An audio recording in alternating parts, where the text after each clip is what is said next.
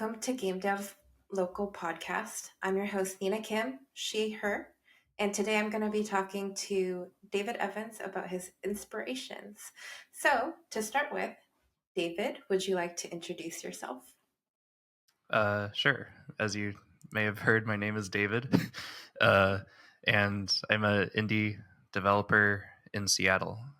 I've been an indie developer for about full time for about 4 years, actually. Uh, yeah, that's my introduction. How long were you in the industry before you started your own indie thing? Um, I guess it's a little hard to define because I wasn't explicitly like in the game dev industry before that, I would say, or the video game industry at least. Before that, I worked at Microsoft in what I would call game dev adjacent stuff. I was working on HoloLens, which is like AR glasses. And so that was kind of like, similar type of things, 3D real time stuff. Um, and I went to school for game dev stuff. So I kind of been like floating around near game dev things for, I don't know, maybe you could say 10, 12 years before that, just like in the sense of like I've been interested in all of that for a long time and have done stuff in that realm for a pretty long time prior to actually going indie.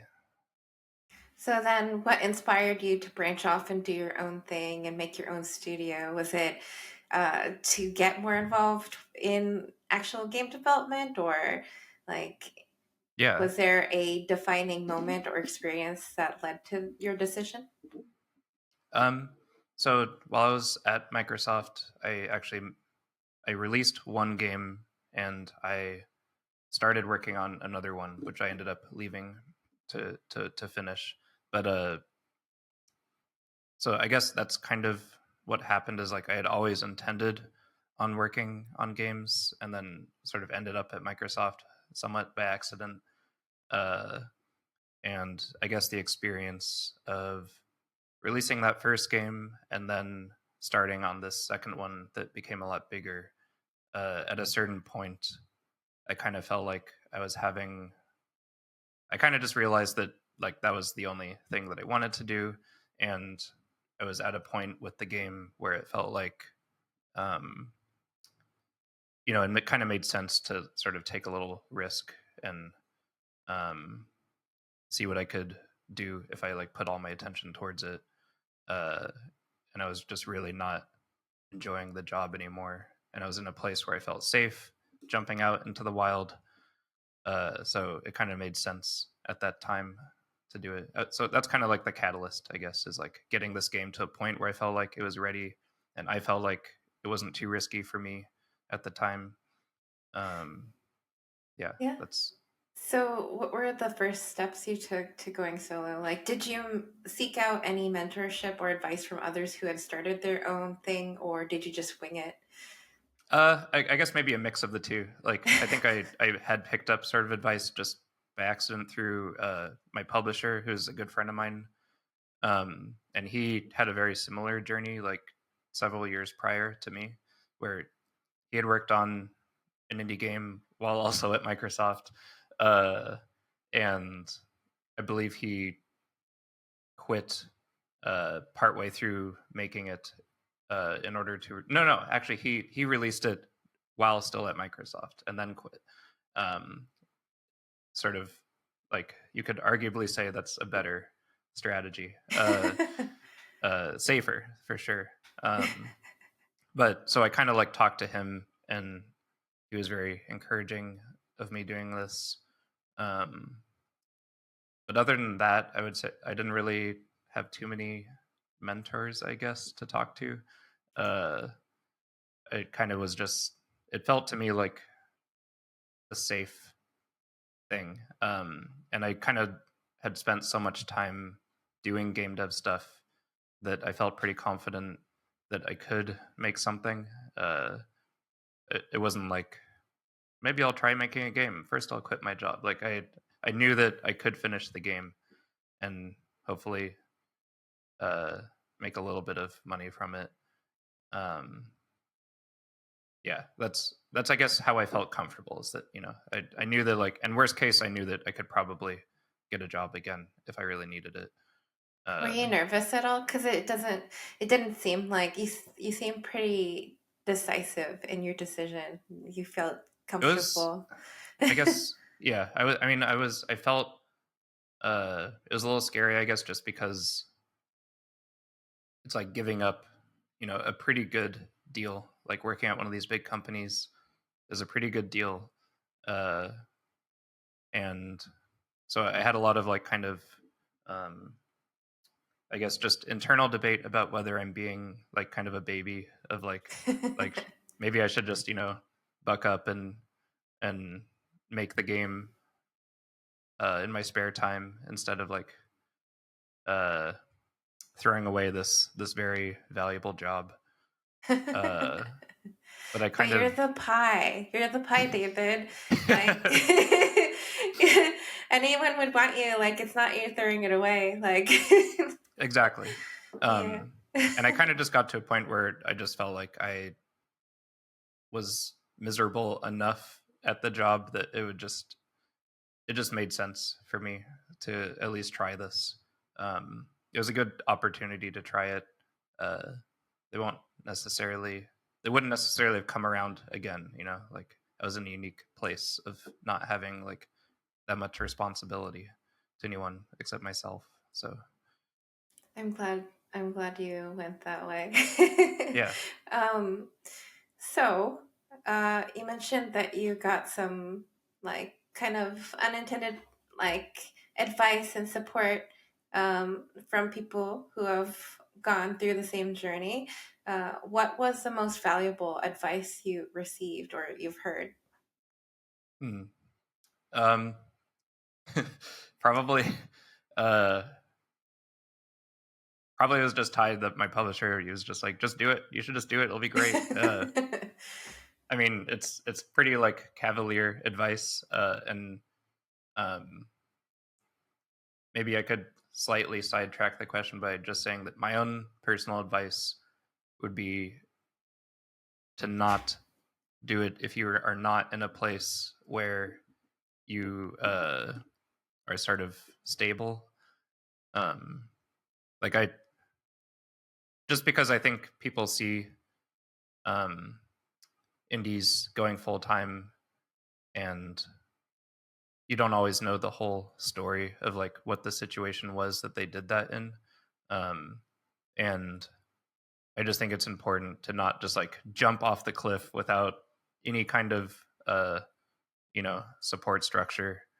Um, because it would have made like if I didn't know that I had enough savings to like last for however long this game would take, with like a pretty big buffer, like it would have made the whole process way more stressful of releasing the game.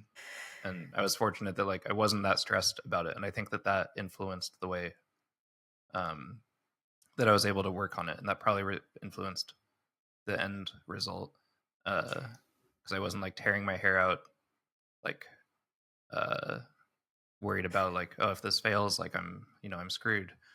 Uh, so yeah, basically, I'm saying uh, make sure that you're good before leaping off. Get Yeah, have your I parachute. I think that's great advice. I also like the keyword buffer because I feel like that's important in game development in general. Yes, yeah. I mean, Giving for yourself example, buffer. Yeah. when I originally quit to work on the game, my assumption was I was like, oh, like it'll be done. I'm just gonna wrap it up. It'll be like less than a year. It's got like less than a year of work on it, and then it took about almost 3 years after that, or like 2.5 or something after I quit, uh, before it was actually released. And then I worked another year on it post release. Uh, so yeah, the you can never um, you can never fully predict how long these things will take, and so it's helpful to like times two, times three your estimate when you're budgeting, that kind of thing. So now I want to talk a little bit about your game and your inspirations behind Sailforth. So, what inspired you to create Sailforth, and were there any real life influences or stories that inspired parts of the game? Uh, Inspirations, definitely in terms of like other games, there's like Wind Waker is a pretty big and obvious one. It's like a very stylized and cartoony looking sailing game. Maybe I should mention what the game is. The game is Yeah. uh, called Sail Forth, and it's like a sailing adventure game. Uh, if you see kind of the cover art, it's like very Wind Waker coded. Uh, uh, and so that was kind of one of the big inspirations. The other one was games like Assassin's Creed, Black Flag, uh, like all those types of naval combat games. And I kind of wanted to make a game that had that kind of stuff, but with more of like a stylized, chill vibe, um, and also had like a little bit more focus on the sailing, because I wanted to have sailing that made you actually have to think about the wind and like think about where your sails are, and have that be kind of like a big part of the game. Um, yeah, so that's kind of the motivation. I was also I've also just also always loved uh, games where there is sailing or like boats. I just find it really, it's like, I don't know, it's like a strong sense of freedom or like exploration, I guess, when you're on the ocean in a game and you're like, ooh, where can I go? Um, so I Do think you, that's a big thing. Um, and then the other kind of like fun bit of motivation was that my dad is like a huge sailor. Uh, and so when I was first kind of experimenting with the original prototype of the game, it was really fun to kind of like go back and forth with him, sending him uh, builds of the prototype and getting his feedback on like how the sailing worked, if it felt natural, if it was like behaving the way that you'd expect. Um, so that was like another part of the motivation, I think, was like it's kind of fun to make something, since he's not really a big gamer. It's fun to make something that he did actually have some interest in. You know, that was fun. what was your favorite feature to work on? Uh, Probably there's two. Yeah, I'll go with two. One of them is uh, just the water and everything to do with the water. I'll kind of bucket that all into one. It's like the visuals of the water. Like I spent, I don't know, ages like throughout the whole 7-ish years of working on it. I continually made little tweaks to the appearance of the water, and its behavior. Like I would be out on a walk or something, and I would notice like, oh, like the lake has these like particular little glints when you see it at an angle. Maybe I can replicate that somehow, and then I would like go home and like try and like figure out a way to replicate that effect. Um, so I just had a lot of fun kind of noodling with that. And then the other thing is just a little small thing, but there's a card game in the game that was added kind of um, on a whim, and I had a lot of fun uh, with the writer Jeff, kind of coming up with that game and implementing it, and like making the cards move around all in a pleasing way. Um, yeah, that was just a fun little. It was like a break from everything else in the game, like all the big quest stuff. It's like, oh, just make this little card game, and that was like, it was a fun little yeah, fun little like side quest of the development. I think it Kind of like, really shows because it's like it's very fun and quirky and it's enjoyable. And then the water is beautiful. I love thank seeing all you. the little creatures Yeah, underneath. yeah, Yeah. yeah. I guess I'll bucket the water into just everything to do with like creating the ambience, the general vibe, the visual of that, making the waves and everything. That's just, I had a lot of fun with that. Yeah, I think it. has a really relaxing feeling with the water because my daughter plays it and she's just like, I love boat game. That's so cool. Yeah. She just like sails around and she's not stressed about it. She Yeah. doesn't feel like she's failing anything. It's Hmm. just really enjoyable. Um, is there anything that you wish made it into the game that didn't end up? And is there anything that you would like to work on, like, and take in a different game, in a future game? Mm. Yeah. I mean, there's a lot of stuff, I guess, that just either didn't make it or I just never got around to doing. Um, it's kind of the nature of, I guess, working on a project this big for kind of your first big real project. It was kind of what I consider it to be. Um, is that a lot of stuff tends to slip through the cracks, I think, especially when you're kind of the only one, when you're like managing it yourself. Um, you have like various ideas and various notes apps or like scribbled on a piece of paper somewhere, and like you lose track of random little things. Uh, like, I mean, one big thing is that there was like a huge extra kind of bit of story that Jeff wrote for the end that ended up getting cut down into a much smaller scope. Um, and so there's still a lot of like fun quest stuff left on the table that would have been fun to include. Um, and then the other thing I think that I wish I was able to get in that I didn't really quite land is just more of a sense of like location to all of the various places in the world map. Like because it kind of the game was developed in this like very winding journey of like trying different mechanics.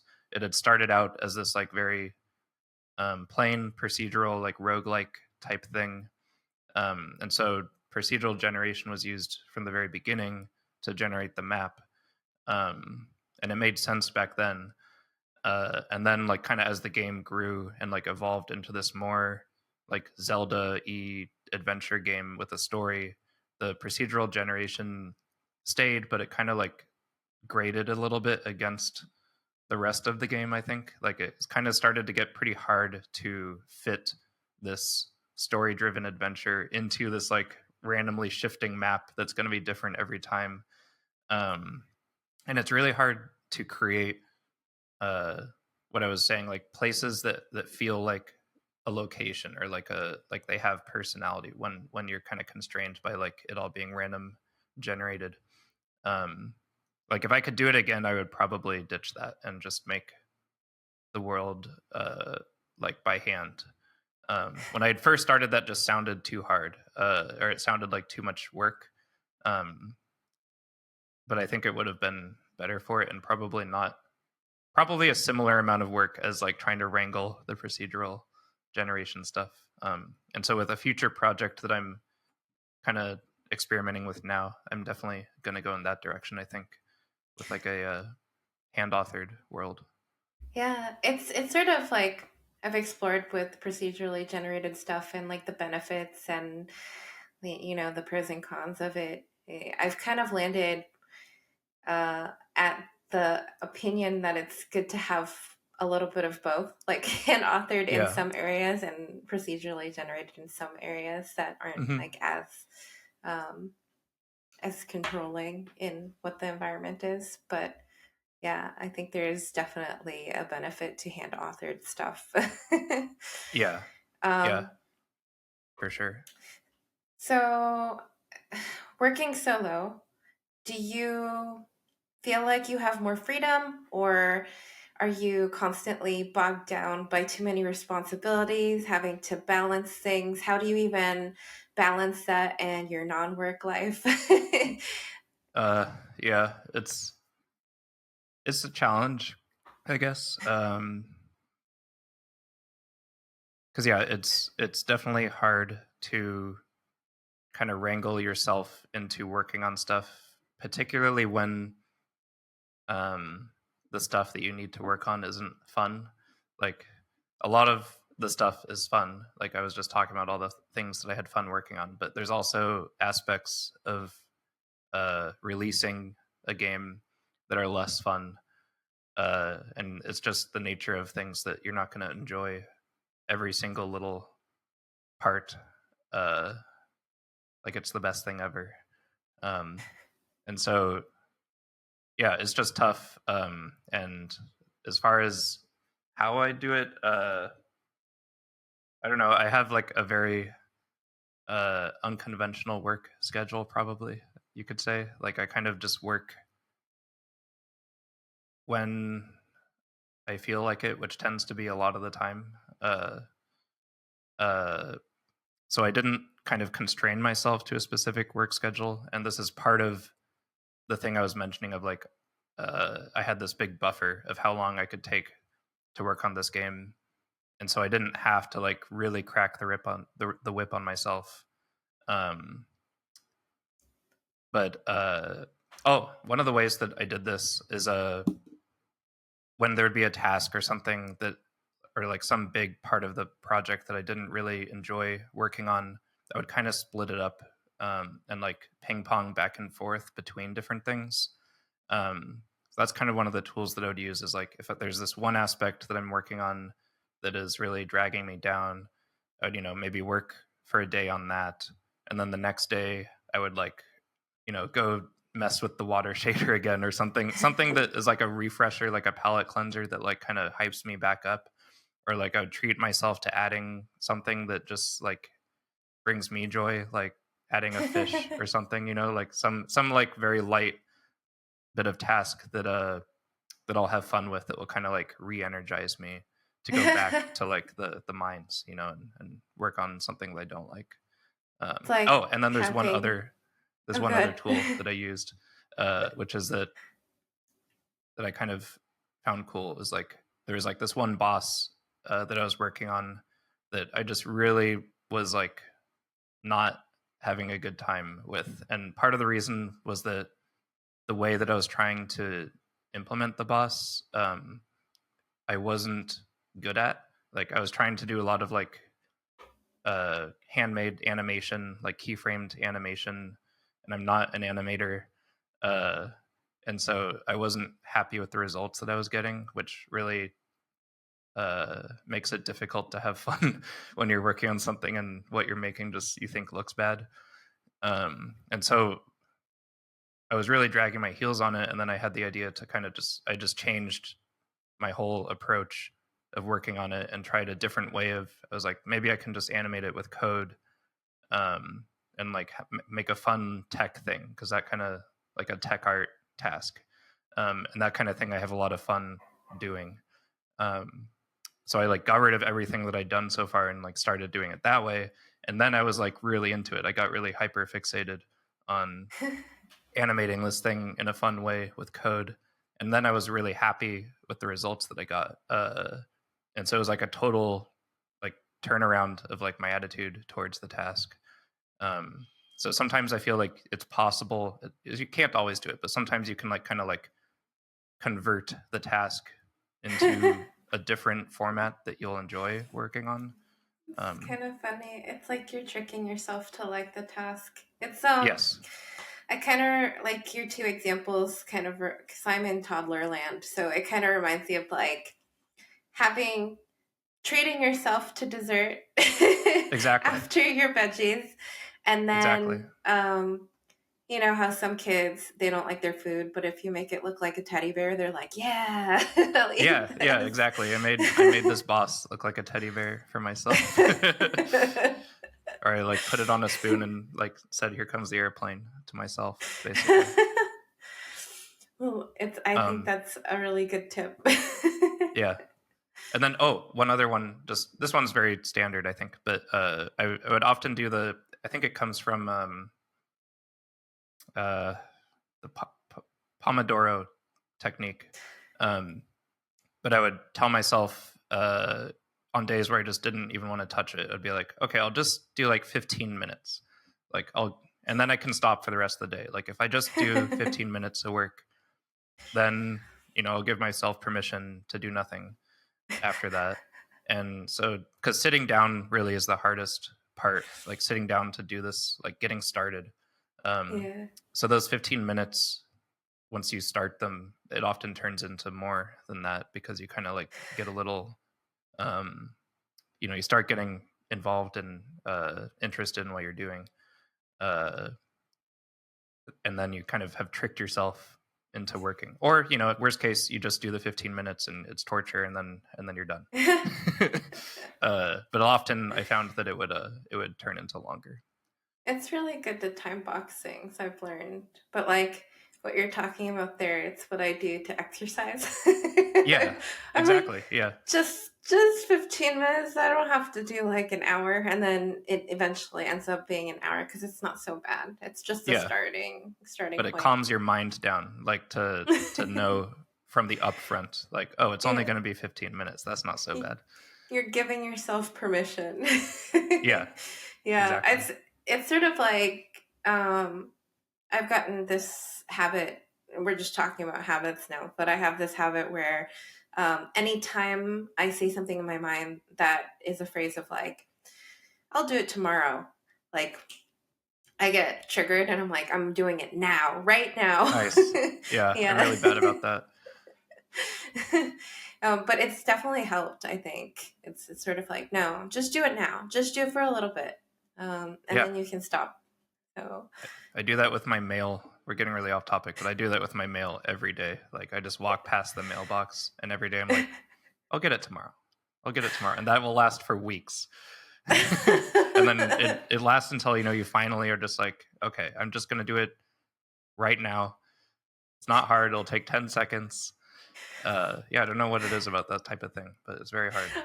I never knew, like, I never heard anyone avoid their mail. I'm a Like, mail avoider. I'm a mail avoidant. I guess it is pretty boring nowadays. Like, everything you get is like It's through never good. email. Yeah. Yeah. I'll send you a letter. It'll be good. Okay. That'll um, that'll encourage me. yeah, it's like a little treat. It's all coming back around.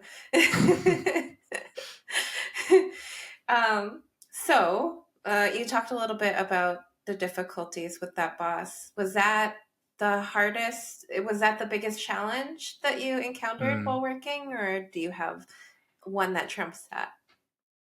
biggest challenge. Maybe there's two things. It's one is kind of just like getting all of the story into the game was tough because um I didn't have like a great tool set, I guess, to do that because I hadn't planned on having a big story from the get-go. And so like the tooling that I had to like add dialogue to the game and like make cutscenes and stuff like that was pretty bare bones. Uh, and I never really took the time to sit down and like give myself better tooling, which I think was kind of like, in retrospect, something that I should have done. It would have been worth spending like a day or two, giving myself like some better stuff to do there. So that was kind of like a slog of just like, a lot of tedious work of implementing that kind of stuff. The other challenge that I would almost say I didn't really totally complete is like getting trying to figure out the right way to word it. It's like kind of balancing the game, I guess, essentially. I didn't put a huge amount of thought into that during the development. Like it was kind of like, oh, like I'll put in this weapon and I'll put in this upgrade and this boat and they'll have these stats and they're kind of just like numbers that I like threw out uh, on the spot. And I'm not like a really practiced or like uh, you know I haven't been taught design uh, in any official capacity, so I don't know too much about like balancing resources or that kind of thing. I didn't use any spreadsheets, which I'm pretty sure you're supposed to. Uh, It uh, depends on designers. yeah, I'm sure. sure there's designers out there that they go by feel They and then just they wing it. test it out. Yeah, vibes Yeah. based balance. So I would like try to kind of like get things feeling right, but I think even today, like there's still probably a lot of stuff in there that doesn't quite make sense. Um, and I think, yeah, it was just hard to kind of, it was such a large project that like kind of looking at everything all at once and like making everything make sense with each other was uh pretty tricky. I Um, think, yeah. yeah, across, it's usually pretty tricky. Like, even when I've done spreadsheets in design and we've tested out in game, like, there's always tweaking to be done. Like, sometimes it Mhm. gets pretty close, but like, there's always tweaking in some area. So Yeah. I think Oh, spreadsheets are only going to help you so much. I thought of another big challenge, which is uh, teaching people how to sail in a video game is really hard. Um, and kind of just tutorializing that and making sure that it makes sense to people. I don't think that's another thing where I feel like it's still to this day not perfect. It could be a lot better, probably. Um, yeah, that was something that just both like the UI that shows how you're sailing and like what the status of your sails are and where the wind is, and then like the actual tutorial parts telling you what to do. That stuff got iterated on basically for the duration of the whole project. Uh, and it's still not great. Like it could be a lot better, probably. So that was very hard. Some people seemed to just get it pretty almost immediately, and other people just never really got it. And some people like it just takes a long time before they kind of before it clicks for them. Yeah, Um, yeah, that's tough. It's tough. it makes sense. I mean, sailing is hard, Yeah, in my opinion, like it's from what I've not. Yeah, seen. it's not easy. And usually these sorts of controls are very gamified. It's like one button press, Yes. you sail. I think I ran so hard into the merchant's little flotation platform that it like launched it a little bit, and I was Yeah. just crying, like tears of joy, because I was just lodged in there. It was the best. I like keep That's great. it. I'm excited. um, I was saying this recently. I'm excited to work on a game next where you do just push forward to move forward, uh, like on the stick. Like I think that's going to be so relaxing from a development perspective of like not having to people not having to explain to people like they're like why can't I move forward. uh, yeah. like just having a more conventional control scheme is going to be a nice change of pace, I think, for me. Was was there anything in playtests that players did or that things that happened that surprised you? Um, I'm trying to think about playtests, but there's definitely things that I saw out in the wild that surprised me, like things I just didn't realize really that you could do. My favorite one probably, I think, is like I found this YouTube video that someone made where they found this exploit with the traveling merchant. There's like these traveling merchant boats that are like sailing around, and I just put them in there, kind of, again on a whim, vibes based game design. And I was like, it'd be fun if there were some merchants. So I had them sailing around, and you can like buy and sell trade goods from them. It's like this very light sort of trading mechanic because they have slightly randomized prices. Uh, and the way that the game works is like when there's a merchant, they have a cargo, they have an inventory, and when you sell stuff to them, it goes in there. It goes in their inventory because I thought that would be like a fun bit of immersion. Uh, and when you're buying stuff from them, you can just buy whatever's in their inventory. So what people figured out that you can do um, is go to one of these merchants, sell them literally everything that they have in their inventory, and then sync the merchant. You have to be strong enough to do this, but if you're pretty good at the game, you can then sync the merchant, which in the mechanics of the game means that their entire inventory gets jettisoned into the water. So then, like a whole bunch of items would spawn in the water. Then they'd pick all those up, and then go to the next merchant and just rinse and repeat. And they would just keep buying and selling uh, stuff from all these merchants, and then syncing them, and then going on to the next one and like doing the same thing. And it got to the point where the number of items that they had in their inventory was like so huge that the entire game would like hang for a second after they sync the merchant because it was just spawning all these boxes for all the different items in the game. Uh, it would create this giant like explosion of crates when the merchant syncs. Uh, but it's awesome. Like it was, and they loved it. Like they were like really they posted the video because they thought it was so funny and awesome. And so I kept that in. I think I made it so that it was like a bit more performant when a bunch of items spawn. But I was like, yeah, I mean, if you want to do that, then go for it. Because I think that kind of thing is fun in games when you feel like you cheated the system. That's like a really fun feeling. Yeah. I Um, mean, I like anything and unintentional in games that I come across. Like your ship AI. Like sometimes like they would steer in the wrong direction and get in my way and I'm like, yeah, what is wrong with you guys? Get it together. And it's I don't know, maybe I'm abusive to my AI in games, but I had fun. I was like, get it that's another together. good candidate you reminded me for big challenge in the game is the AI. Uh, like my decision to give you a fleet of AI controlled ships, like basically the decision to have not just an unconventional player controller, but also have essentially multiple characters that you're controlling all at the same time. That you can like switch between, and they try to follow you, but they're all physics based, so they have to like the AI has to be able to sail correctly and follow you without any cheating. I didn't want them to cheat. Um, that was incredibly difficult, It's and it ambitious. still I doesn't work great. applaud. Like they, as you say, they still run into stuff or get No, in the I way. like it. I like it. Um, Despite they're doing all kinds of things to try and avoid that, but it's just very difficult. I think, like I said, sailing is hard.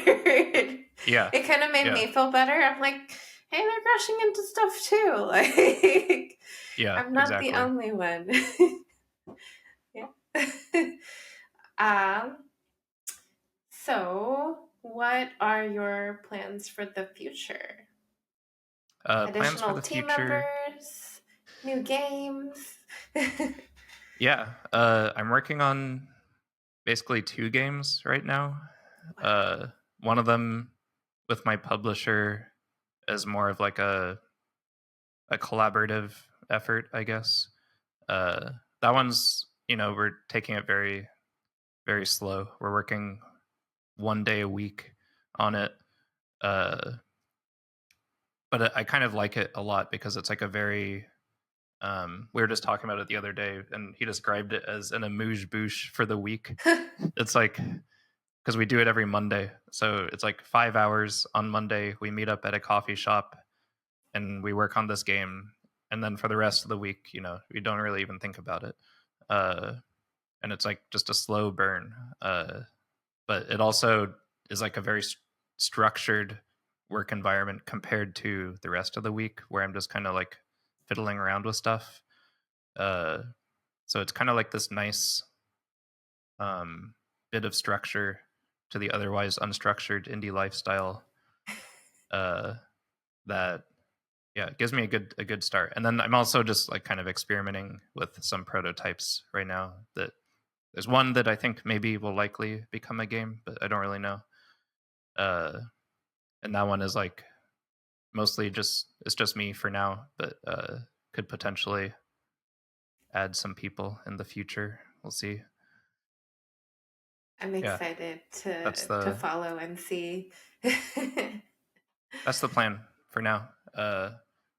Don't really I don't know when anything will be done or showable or anything like that. What's something you've learned about yourself since working on and shipping this game that you didn't realize before?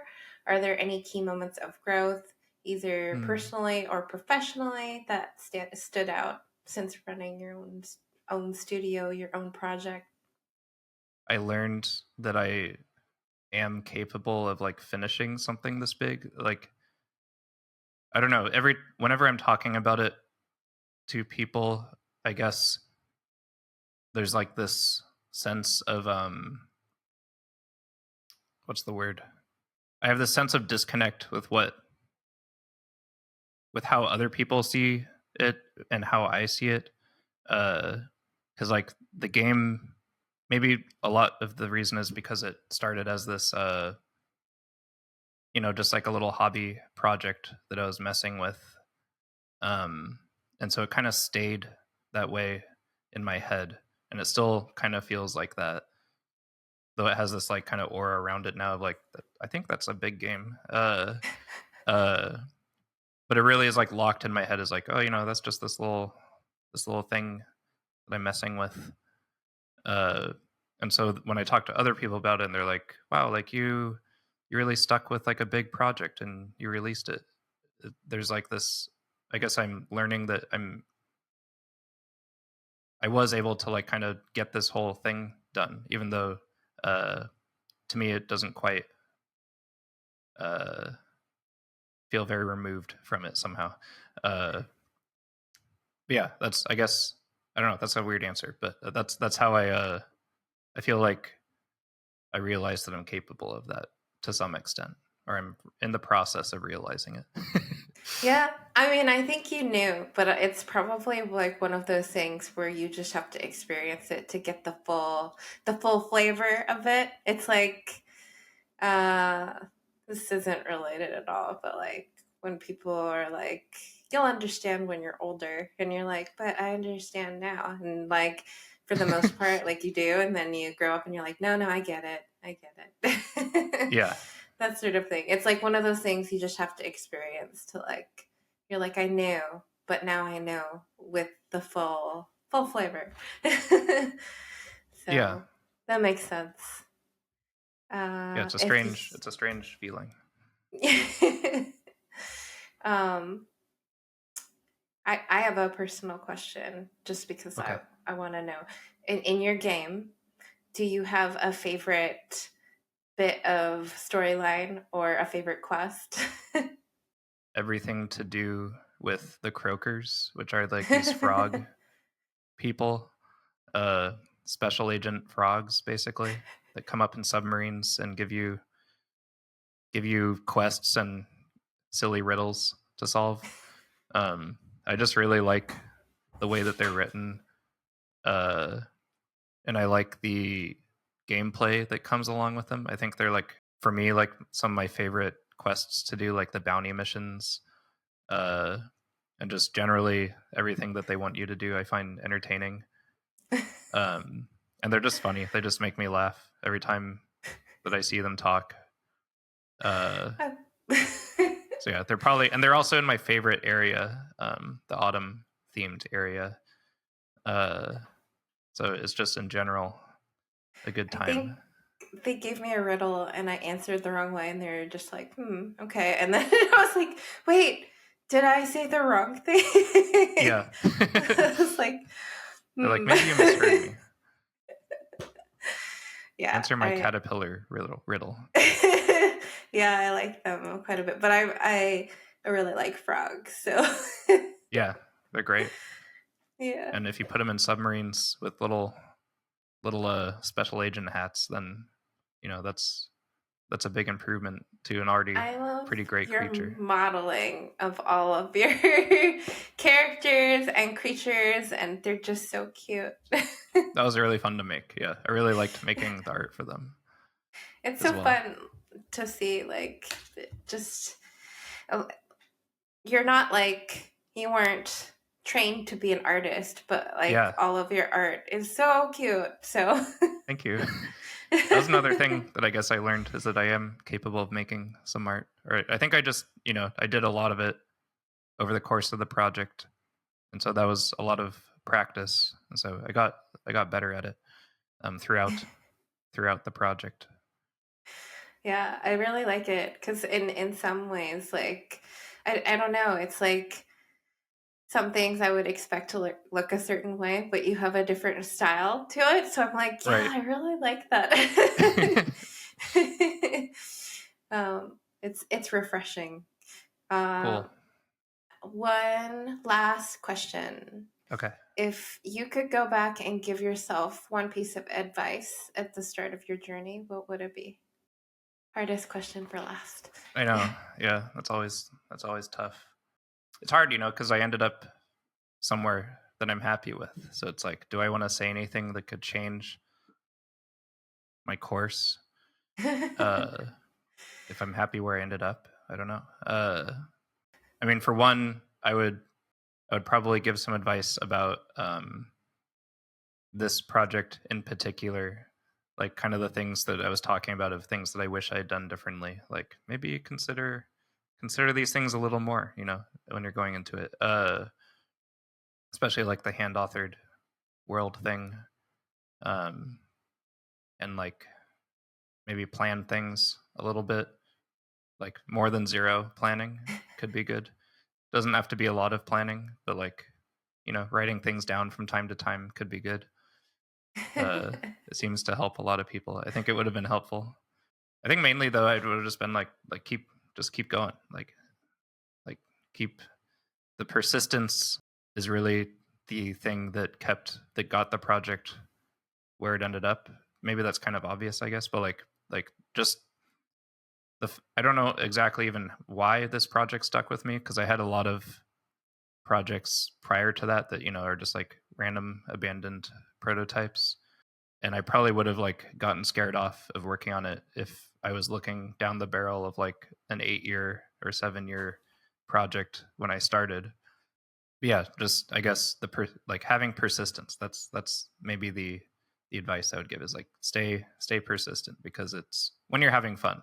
I think when a project is like something you want to work on. If you're having fun working on it, uh, yeah, just keep pushing. Basically, that's what I would say. I think that's great advice. I like that you say that you like where you've ended up. I always think about that about life because I'm quite happy and I'm like, well, I would never give myself advice because then I wouldn't have gone through the journey and I wouldn't Yeah, have yeah. like learned everything. I don't want to Um, like butterfly effect myself out of where I am. So I'm very hesitant to change anything. yeah, but I could see like present David going back in time and being like, you go, you're doing the right thing. Yeah, yeah, just like some additional hype and confidence, I think, is that wouldn't go unappreciated for sure. Um, and then maybe just a few little concrete bits of like maybe think about this a little more. Like that probably wouldn't hurt. I think. Um, yeah, that kind of stuff. Well, uh, that this concludes our episode. We're wrapping up, but I just wanted to say thank you for being our guest today. Um, Thank you for having me. it's been great, and thank you to all of our listeners and viewers for tuning in to this episode of the Game Dev Local Podcast.